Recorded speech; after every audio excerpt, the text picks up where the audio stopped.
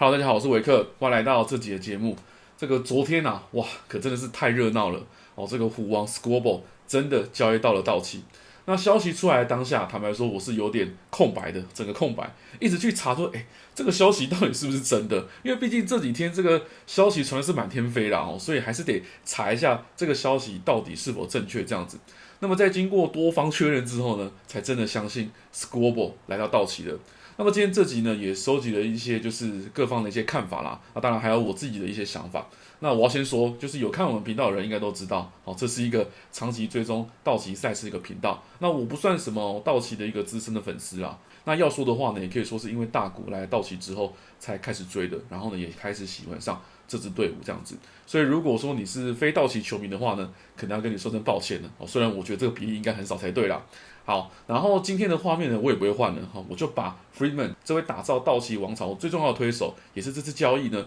最重要的關鍵人物，道奇總裁的圖呢就放在這邊了。OK， 那言歸正傳啦，就是其實有追之前的影片的各位應該都知道，其實我並沒有很支持道奇呢要花大把的資源去追求這個 Squabble， 因為我始終認為說，其實我們的陣容已經很好了，即便我看到有很多的粉絲有說這個道奇的核心打線老化啊 ，Tucker 表現不如預期啊，或者說先發戰力怎樣怎樣的，但我覺得就算是如此啦，我們依舊是聯盟最好的球隊，不是嗎？從戰績、勝率以及各項指標來看，道奇是一支很強的球隊，我想這個是大家都可以認可的。所以如果為了在3連霸的路上要多幾趴的這個勝率而犧牲太多資源的話，我會覺得有點不划算。那另外一個原因對我來說其實才是最重要的，就是我們好不容易打到現在已經快接近這個季後賽了嘛。那道奇隊其實幾乎每位球員我都有聊過幾次了，所以實在是很想跟這批人就是一起到季後賽，然後一起拼冠軍，就是不希望看到有人掉隊了。像之前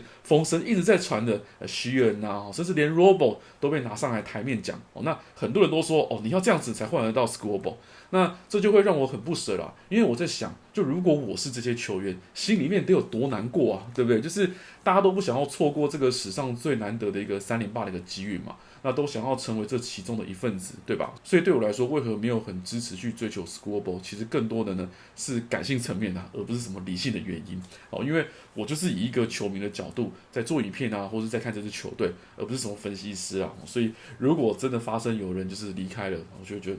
蠻可惜的。但是在看到這個交易包裹出來之後呢，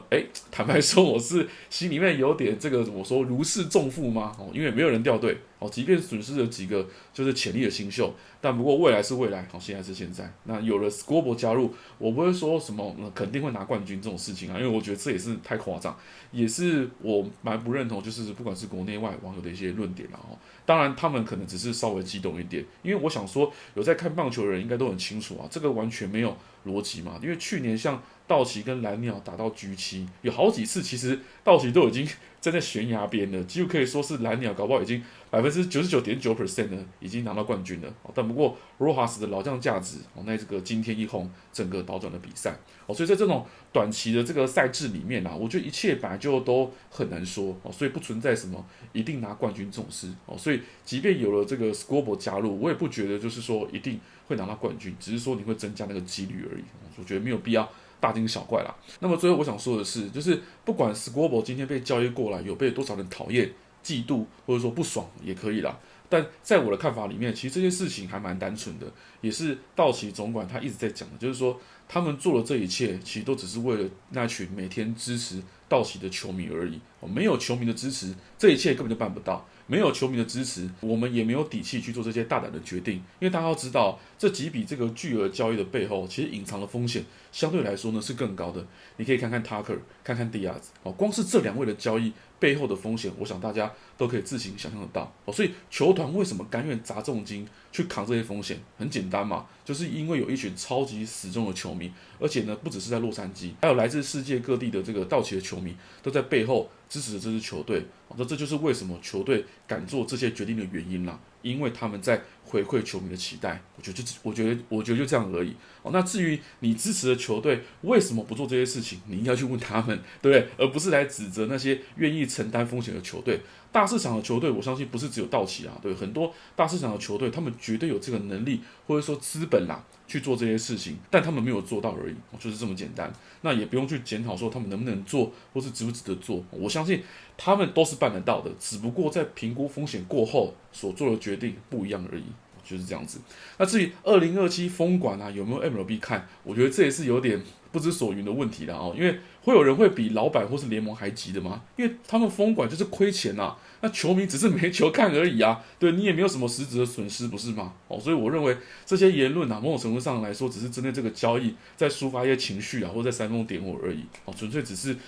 不希望看到道奇拿到 score 罷了。那以上呢，就是我對這件事情的看法了。那各自解讀都可以理解，我也都尊重大家。那最終呢，一樣就希望這個 Squirtle 來到道奇之後呢，能夠發揮所長啦，那幫助球隊呢衝擊季後賽，然後拿到3連霸。那雖然說道奇最近這個對紅襪系列賽，我看是表現有點不好了哈，表現有點掙扎。那現在還在打，我看也是落後當中了哈。那可能在打線的部分，我覺得就是再調整一下。那其實我也覺得也沒什麼好擔心的，因為畢竟離季後賽還有一段時間。現在我覺得對道奇來說最重要的應該是 Squirtle 加入之後，先發、牛棚這些調整該怎麼做。那打線的部分也是大家目前可能覺得最有隱憂的地方哦，怎麼樣能夠讓打線能夠很連貫，不要有時候前面有後面沒有，或是中間有前後沒有這種斷棒的一些問題啦。就是這個也是等待這個教練這邊跟球員這邊看怎麼去做一些協調跟調整。那一樣啦，我覺得最重要的還是大家都要保持一個最好的狀態、最健康的狀態到季後賽。我想這個是道奇接下來在賽季結束之前最重要的一件事情。好，那麼以上呢就是今天所有的內容，希望你們喜歡。我是維克，我們下次再見，拜拜。